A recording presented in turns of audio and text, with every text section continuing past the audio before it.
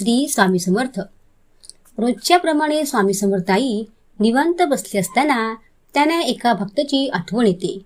ते विचार करीत बसतात आणि इतक्यात तो बाळ येतो आणि स्वामींना म्हणतो की स्वामीरయ్या, मी आज लवकर आलो. तेव्हा स्वामी काही न बोलता एकदम गप्पच बसतात. पुन्हा तो बाळ स्वामींना हाका मारतो. तेव्हा स्वामींचे लक्ष बाळाकडे जाते. तो बाळ म्हणतो, स्वामीरయ్या, आज तुम्ही एवढे गप्प का? बाळा, आम्हाला आमच्या भक्तांची आज आठवण आली होती, त्याबद्दल आम्ही विचार करत होतो. बाळ म्हणतो, स्वामीरయ్या, सांगा ना आता. स्वामी म्हणतात, बाळा ऐका. बाळा, ध्येय साध्य करणे कितीही कठीण असो, पण आत्मविश्वास असेल तर अशक्य असे काहीच नाही. जशी तुमची वागणूक तशी तुमची प्रतिमा, जसे वागले तसे भोगाल, हे आम्ही प्रत्येकाला सांगत असतो. बाळा, काही लोक दुसऱ्याला आपले दुःख सांगतात. त्यांना वाटते की आपले दुःख सांगून हलकी होईल, पण ती लोक तुमची मस्किरी करतात आणि तुम्हाला समजावून घेणारे कोणीच नसते. फक्त आपला परमेश्वर असतो, हे त्यांना काही कळत नाही. आणि बाळा, जेवढे तुम्ही दुसऱ्यांचा चांगला विचार कराल तेवढेच तुमचे चांगले होणार, हे फक्त कायम लक्षात ठेवा. स्वामी म्हणतात, बाळा, जे जे होईल ते परमेश्वराची इच्छा म्हणून झाले असे समजून वागू लागलो म्हणजे आपली देहबुद्धी हळूहळू कमी होत जाते. याकरिता काही जण वगैरे करतात, काही वगैरे करावे लागत नाही. आणि मी केले, मीपणा टाकून मी देवाचा आहे असे म्हणून आणि जे होईल त्यात आनंद मानून राहावे, म्हणजे मीपणा सुटत नाही. तसेच बाळा, आयुष्यात कोणतीच गोष्ट कायमची नसते रे. एक तर तिचा काळ संपून जातो किंवा आपली वेळ निघून जाते, हे कायम लक्षात ठेव. स्वामी म्हणतात, जीवनात जर आनंदी राहायचे असेल तर स्वतःची परिस्थिती बघून निर्णय घ्यावा.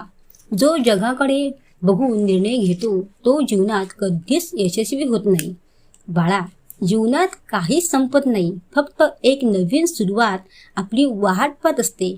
तसेच बाळा, आपले विचार हेच भविष्याचा चेहरा आहे.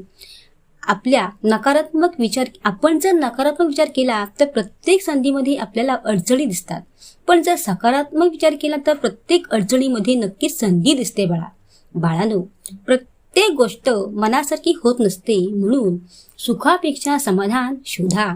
आयुष्य खूप आनंदात जाईल. आत्मविश्वास यशस्वी होण्यासाठी खात्री देऊ शकत नाही, पण संघर्ष करण्यासाठी प्रेरणा आम्ही नक्की देऊ शकतो, हे कायम लक्षात ठेवा. आणि बाळा, जिथे आपण ठेस लागून पडतो तिथूनच सुरुवात होते सांभाळून चालायची. मग ती पायाला असो किंवा मनाला. पायाची ठेच शरीर जपायला शिकवते, तर मनाची ठेच ही माणसे ओळखायला शिकवते. बाळा, आम्ही तुम्हाला त्रास देणाऱ्यांमध्ये नाही तर त्रास सहन करणाऱ्यांमध्ये पाठवले आहे. आणि जी नेहमी त्रास देणाऱ्यांच्या नाही तर त्रास सहन करण्याच्या पाठीशी आम्ही उभा असतो.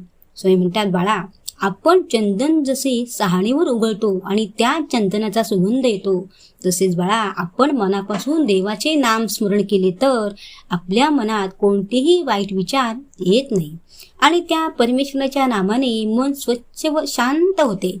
स्वामी म्हणतात, बाळा, सर्वांकडे मेहनत करण्याचे ज्ञान असते, पण ते काही जण मेहनत करायला कंटाळ करतात. तसेच बाळा, तुमच्यावर आमची कृपा झाली तर तुमच्या आयुष्यात कोणता ग्रह, कोणतेही नक्षत्र आणि कोणतीही वाईट शक्ती तुमचे काहीही बिघडू शकत नाही. त्यामुळे आमच्या समोर बसा आणि आमची कृपा होण्यासाठी तुम्ही प्रयत्न करा. आम्ही सर्व तुमचे ठीक करू. कारण बाळांनो, आमचे वचन आहे, भिवू नका, आम्ही आहोत तुमच्या पाठीशी. स्वामी म्हणतात, बाळा, काही जण असे असतात की ते स्वतःला महान समजतात आणि दुसऱ्यांना दुबळे समजतात. आणि जर ते नेहमी आपलेच खरे करतात, पण ते त्यांच्या आयुष्यातून काही शिकू शकत नाही. आणि बाळा, ज्यांचे कर्म चांगले आहे तो कधीच संपत नसतो. सत्कर्मी माणसाला जीवनात अडचणी येतात, पण त्या सुटणाऱ्या असतात. या उलट जो दुसऱ्याला अडचणीत आणतो त्याच्या अडचणी आयुष्यभर संपत नाहीत. म्हणून माझ्या बाळांनो, आमच्यावर तुम्ही विश्वास ठेवा. स्वामी म्हणतात, बाळा, काळजीचे मूळ माझेपणात आणि कर्तेपणात असते आणि खुद्द कर्तेपणाचे मूळ परमेश्वराच्या विस्मरणात आहे. बाळा, काळजी लागणे बरोबर आहे, ही कल्पनाच आधी आपण मनातून काढून टाकली पाहिजे. आपली काळजी का सुटत नाही? बाळा, या प्रश्नाचे उत्तर अगदी सोपे आहे. काळजीला आपणच घट्ट धरून ठेवतो, मग ती सुटणार कशी?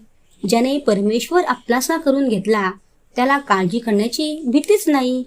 आणि बाळा, जेवढे तुम्हाला चुकीचे समजत असतील तेव्हा तुम्ही हळूच मनात म्हणा की नाही, माझे स्वामी सत्य जाणतात, हे एवढे आमच्यासाठी पुरेसे आहे. आणि स्वतःवर आणि आमच्यावर तुम्ही विश्वास ठेवा. तुमचे सर्व काही आम्ही चांगलेच करणार आहोत, हे लक्षात ठेवा. स्वामी बाळाला म्हणतात, बाळा आता इतकेच आता तू घरी जा आणि शांत जाऊन झोप. तेव्हा तो लगेच बाळ उठतो आणि स्वामींना नमस्कार करून घरी जायला निघतो. श्री स्वामी समर्थ.